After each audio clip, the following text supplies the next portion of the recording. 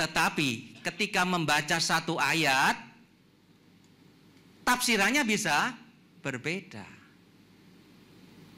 Contoh yang paling jelas adalah ayat yang mengenai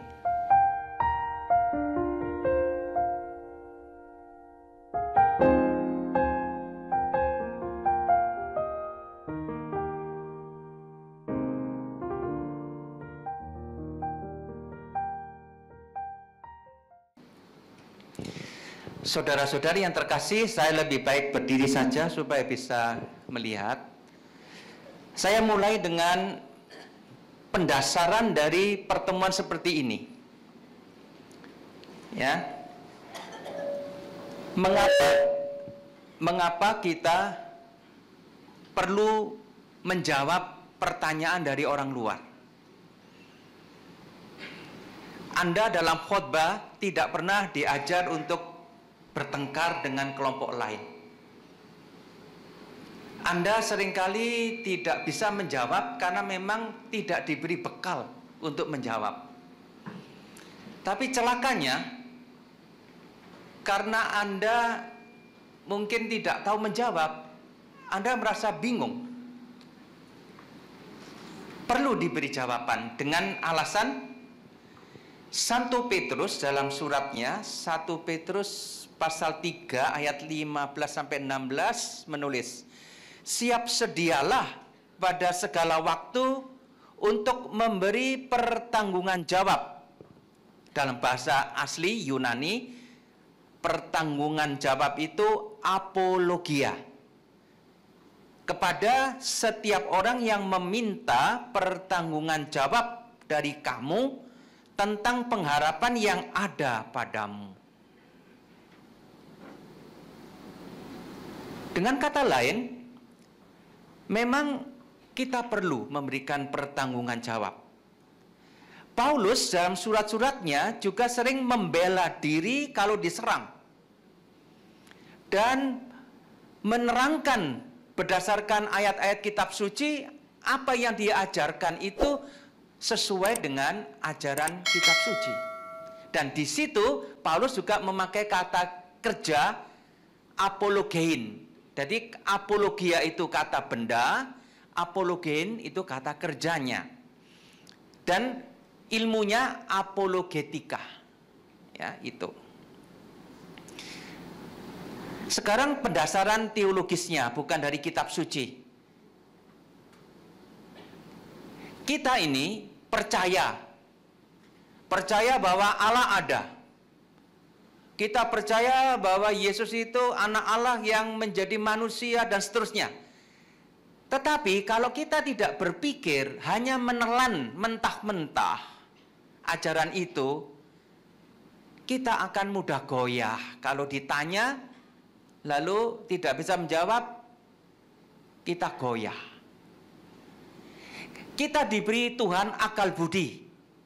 Maka kita beriman pakai akal budi. Wah, ini kalau saya ngomong di Malang lain ini pakai bahasa Jawa. Pasrah bongkoan. Pokoknya terima. Entah kata pastor apa. Ini hitam percaya padahal putih. Pokoknya pastor yang ngomong. Itu bahayanya. Padahal ini putih tapi pastor ngatakan ini hitam. Ya, ya. Itu namanya percaya yang tolol. Tidak pakai akal budi. Nah, inilah dalam gereja yang dinamakan teologi. Teologi itu memakai akal budi kita untuk memahami sebisanya apa yang diajarkan Tuhan. Maka ilmunya itu ada. Kita tidak boleh kayak orang yang bodoh yang hanya terima begitu saja, tapi mudah goyah.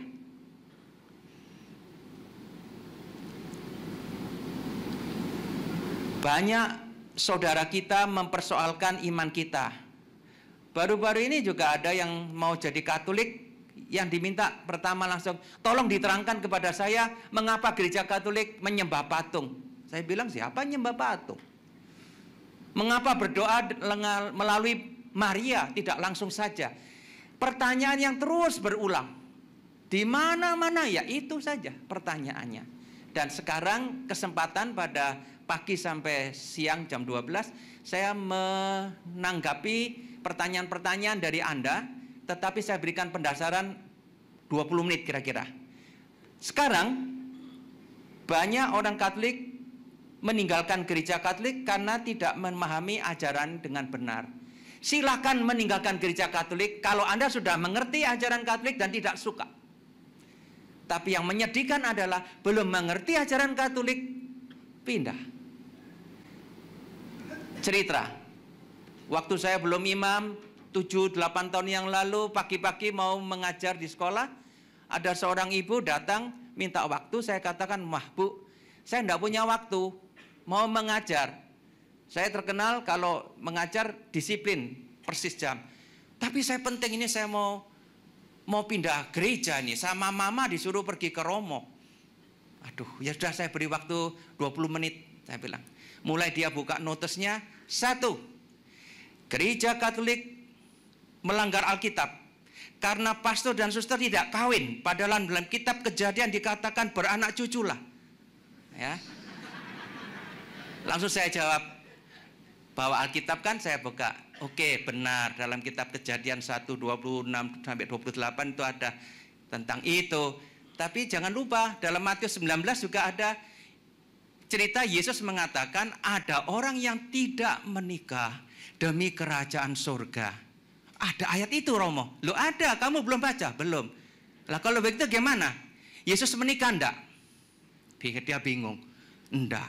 Apakah Yesus melawan perintah Allah? Oke, nomor 2, Romo. Begitulah seterusnya. Setelah 5 pertanyaan saya jawab, terima kasih, sudah tidak perlu, saya tidak jadi pindah. Karena ternyata dia terlalu gampang percaya tanpa mengerti sendiri alasannya. Nah, itulah yang saya harapkan bisa Anda peroleh pagi ini untuk menolong teman-teman yang mungkin bingung. Kritikan terhadap ajaran Katolik itu disebabkan oleh macam-macam sebab. Kalau saya berdiri masih bisa lihat atau mengganggu. Terserah mau lihat saya atau lihat teks. Nah, saya bisa duduk. Tapi saya senang lihat orang soalnya, karena saya tidak pernah baca teks ya. Alasannya 1, perbedaan prinsip mengenai sumber ajaran. Kalau gereja reformasi atau nama lain Protestan, prinsipnya itu sola scriptura, hanya Alkitab. Alkitab mereka tanpa deuterokanonika menjadi satu-satunya sumber untuk kepercayaan atau ajaran. Dengan kata lain, kalau mereka tidak menemukan ada ayat berbunyi demikian, ya berarti tidak boleh percaya. Nanti akan kita lihat mengapa mereka tidak mendoakan orang mati. Kalau ada orang mati mereka mendoakan yang masih hidup, tapi orang mati ya sudah biar. Sedangkan gereja Katolik mendoakan orang mati, mendoakan arwah. Lalu ambil dari 2 Makabe pasal 12 sebagai dasarnya. Tapi mereka tidak mengakui deuterokanonik sebagai bagian dari Alkitab. Nah, akibatnya ada perbedaan praktek antara gereja Katolik dan gereja Protestan dalam hal mendoakan orang mati. Nah, kalau gereja Katolik dasarnya apa? Ya Alkitab. Tetapi ada tambahan. Alkitab itu adalah tradisi yang ditulis. Tradisi para rasul yang ditulis. Berarti sebelum ditulis ada yang belum tertulis. Nanti saya terangkan kalau mau sejarah terjadinya kitab suci dalam waktu 5 menit bisa. Ya. Gini. Nanti dulu. Tradisi itu apa? Tradisi itu adalah sabda Allah yang dipercayai oleh gereja, oleh umat. Dihayati dalam kehidupan, didoakan dalam ibadat, ada rumusan-rumusan iman tetapi belum ditulis. Sabda Allah yang sudah dihayati. Baru dalam waktu sekian lama, akhirnya sabda Allah itu dituliskan. Maka dari tradisi menjadi kitab suci. Secara singkat mengenai terjadinya Alkitab. Saudara-saudari, Allah berbicara kepada manusia, ya kan? Berbicara kepada manusia itu tidak dengan cara mendiktekan firman-Nya, kemudian ada nabi yang mencatat itu. Itu paham suci orang Islam mengenai Al-Quran. Maka Al-Quran itu diturunkan dari surga. Gereja Katolik percaya Allah berbicara kepada manusia dengan cara yang lain. Allah berbicara melalui perbuatan. Misalnya ketika bangsa Israel dikeluarkan dari Mesir secara ajaib lewat lewat Laut Merah, kemudian berjalan 40 tahun di padang gurun dan akhirnya masuk ke tanah terjanji. Selama itu Tuhan berbuat, Tuhan memberi makan Israel di perjalanannya. Tuhan memberi minum dalam perjalanan. Pokoknya Tuhan berbuat. Itulah cara Tuhan berfirman. Dengan mengalami keajaiban demi keajaiban, bangsa Israel menyadari bahwa Allah itu maha kuat. Seperti orang tua, kalau mau memberitahu anaknya, nggak selalu dengan kata-kata, tetapi juga lebih sering dengan perbuatan. Pelan-pelan Tuhan menerangkan kepada bangsa Israel apa arti dari perbuatannya. Maka ada nabi yang menerangkan, mengingatkan bahwa Tuhan itu maha kuat. Pelan-pelan mereka percaya kepada Tuhan. Tapi belum ada tulisan, belum ada. Setelah sekian lama baru Tuhan mengutus penulis suci yang digerakkan Roh Kudus untuk merumuskan apa yang sudah diimani sekian lama. Nah, kalau saya mau tanya, lebih mana ada? Tulisan atau perbuatan Tuhan atau firman Tuhan yang diimani? Ya jelas jawabannya firman Tuhan yang sudah diimani. Sekarang perjanjian baru. Yesus bersabda, belum dicatat. Para rasul tidak punya seperti sekarang laptop untuk mencatat, tidak ada. Yesus 3 tahun lebih mengajar umat dengan berbuat. Mengajar secara lisan, tidak ada rekaman, tidak ada. Dan Anda tahu Injil pertama tentang Yesus Kristus, Injil menurut Markus, itu baru tertulis sekitar tahun 70 sesudah Masehi. Kira-kira sekitar tahun 70. Injil Markus, Injil pertama. Injil kedua, Injil Matius mungkin 85 sampai 90 Masehi. Bayangkan, berapa puluh tahun ada jeda antara Yesus wafat dan naik ke surga sampai muncul tulisan tentang Yesus yang wafat dan bangkit. Puluhan tahun lamanya. Nah, selama puluhan tahun, iman bahwa Yesus itu anak Allah yang menjadi manusia, berbuat baik, melakukan mukjizat, menderita sengsara, wafat di salib lalu bangkit. Di mana? Disimpan dalam iman para rasul, disampaikan dari mulut ke mulut, diwartakan terus dari mulut ke mulut. Lama-kelamaan ada kebutuhan untuk menuliskan apa yang diimani itu dalam bentuk Injil. Jadi firman Allah sudah ada, sudah dihayati dulu, dan itulah yang namanya dalam gereja Katolik tradisi. Sabda Allah yang belum tertulis. Kalau gitu kitab suci hanyalah tradisi yang dituliskan. Mudah-mudahan ini cukup jelas. Sekarang kita teruskan. Gereja Katolik percaya kitab suci itu adalah bentuk tertulis dari tradisi. Maka dalam menafsirkan Alkitab, Gereja Katolik tidak hanya melihat Alkitab. Tidak. Tetapi melihat apa yang dipraktekkan gereja dari zaman dulu sampai sekarang. Kalau kita mau berikan satu contoh ya, kita punya namanya perayaan Ekaristi kan? Bagaimana kita percaya bahwa Ekaristi itu dikehendaki Yesus?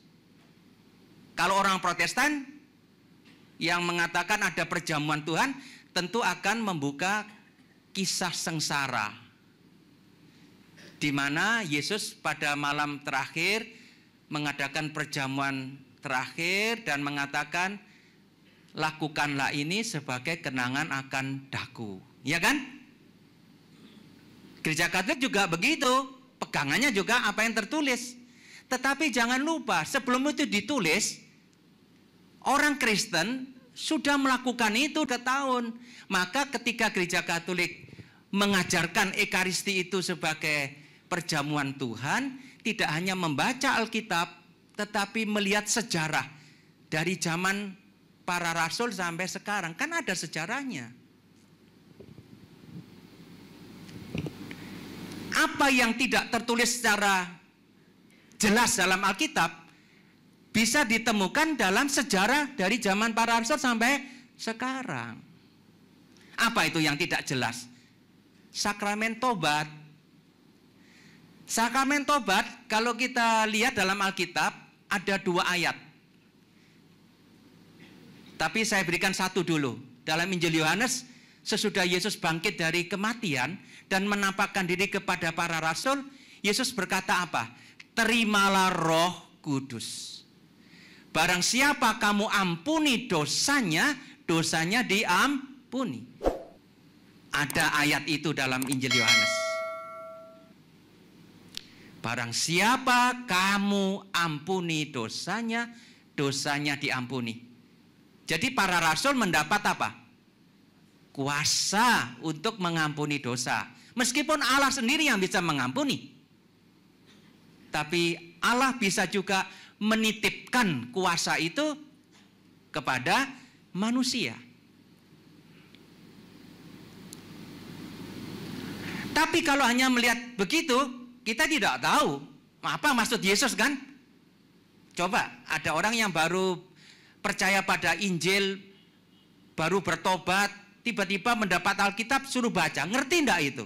Tidak bakal mengerti. Paling-paling dia hanya mengerti Yesus menitipkan kuasa untuk mengampuni dosa. Tapi gereja Katolik melihat sejarah. Dari zaman dulu, kalau ada orang berdosa, mereka harus bertobat dengan mengakukan dosanya kepada uskup atau imam. Dan terjadi pengampunan melalui para uskup atau para imam yang diyakini sebagai pengganti para rasul.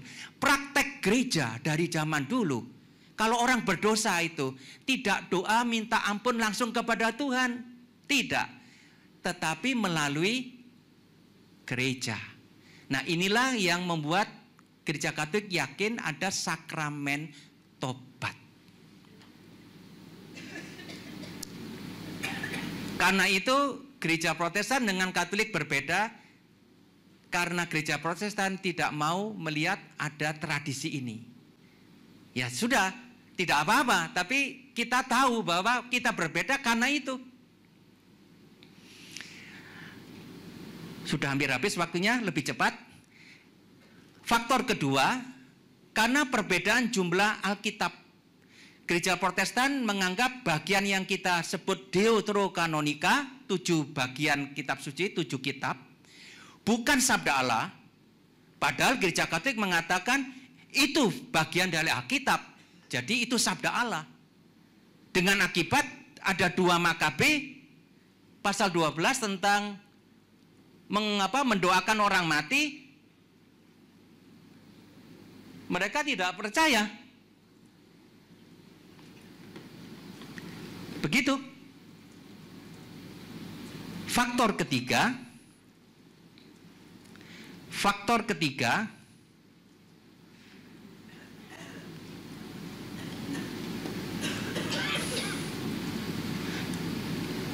karena perbedaan dalam menafsir.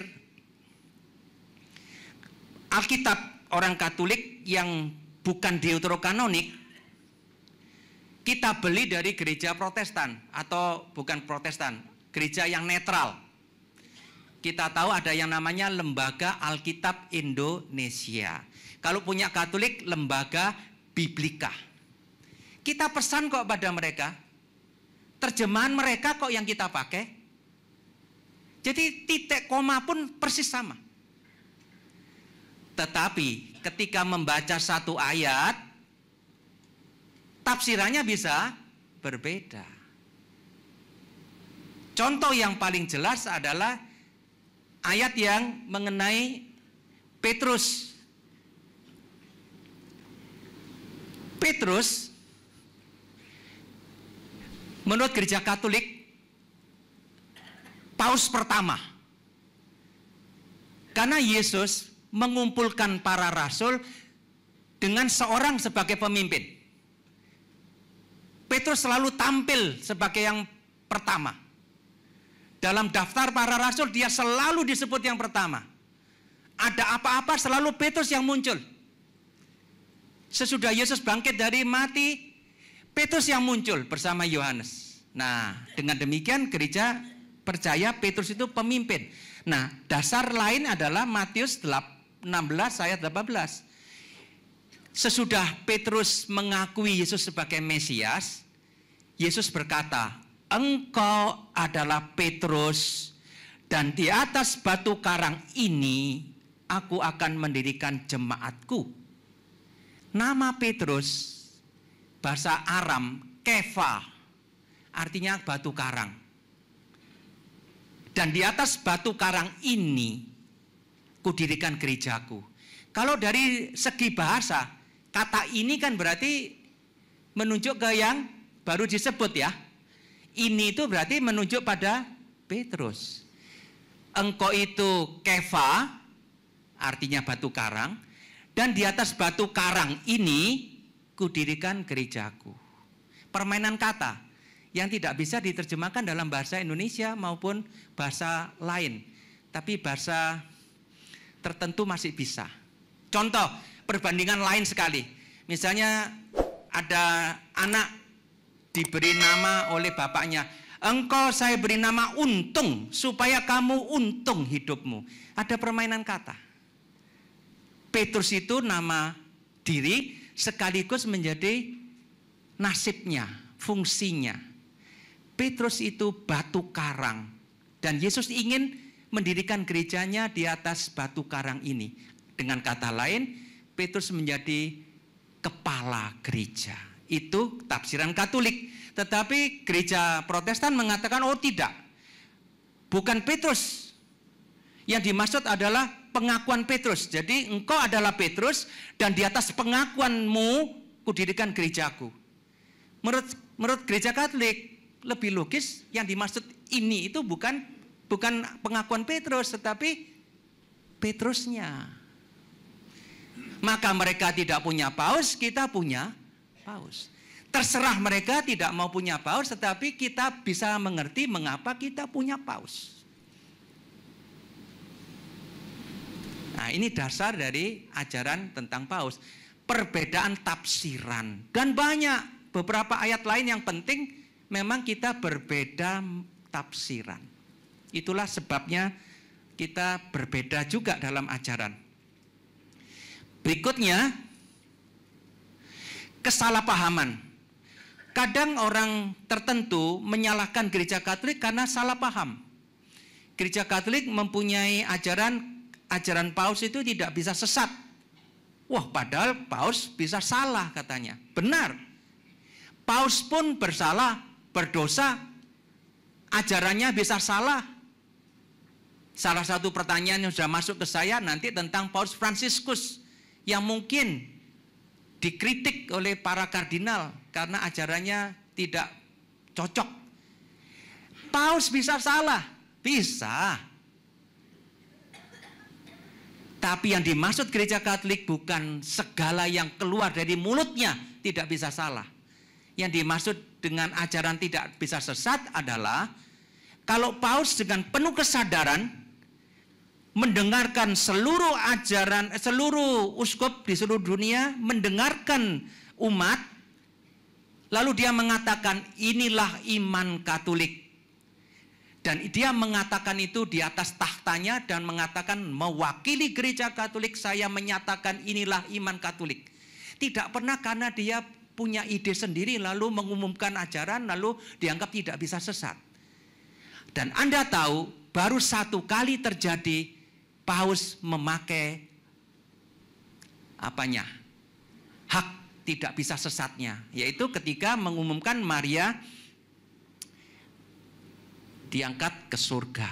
Ya, jadi nanti kita ini ya tahun 1954 baru sekali. Jadi kalau lain-lainnya mungkin salah. Bayangkan, baru satu kali ketika Paus Pius XII mengatakan Maria sudah mulia bersama Yesus di surga. Inilah iman kita. Karena dia sudah mendengarkan semua uskup di dunia. Sudah mempelajari semua yang ada. Maka dia mengatakan inilah iman kita. Tapi orang luar tidak mengerti. Mereka mengira semua yang diucapkan Paus dipercaya orang Katolik tidak bisa sesat. Lalu mereka mulai mengatakan, lihat, dulu Paus mengatakan matahari mengelilingi bumi. Padahal yang benar bumi yang mengelilingi matahari. Kasus Galileo Galilei. Bukan itu yang tidak bisa sesat. Ya. Terakhir, lalu saya berhenti. Terjemahannya tidak tepat. Misalnya, pernah ada buku kecil yang mengatakan orang Katolik bertentangan dengan Alkitab karena orang Katolik punya litani. Doa yang diulang-ulang. Doakanlah kami, gitu kan? Padahal dalam Alkitab dikatakan, kata mereka, dalam doamu jangan kamu mengulang-ulang doamu. Jangan mengulang-ulang doa. Seperti kebiasaan orang yang tidak mengenal Allah. Padahal kata Yunani yang dipakai, batalogein, itu lebih tepat diterjemahkan dengan bertele-tele atau nyerepet. Terlalu banyak omong itu. Itu namanya nyerepet. Atau apa itu bahasa sini? Merepet di sini ya. Oh, kalau di Jawa Timur merepet itu agak mendesak-desak gitu ya. Oke, merepet ya namanya ya. Lebih tepat itu. Jadi dalam doamu jangan banyak cakap. Kenapa? Karena kalau kamu banyak cakap, kamu seperti orang kafir yang mengira dengan banyaknya kata-kata doamu dikabulkan. Jadi sebenarnya yang penting itu adalah jangan menafsir hanya sepotong. Apalagi kalau terjemahannya tidak tepat.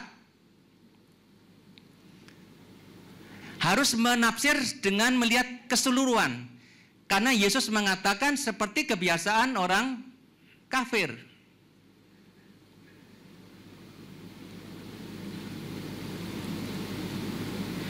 Yang menyangka bahwa banyaknya kata-kata menentukan doanya dikabulkan atau tidak. Itu sebenarnya alasan sesungguhnya dari ucapan Yesus.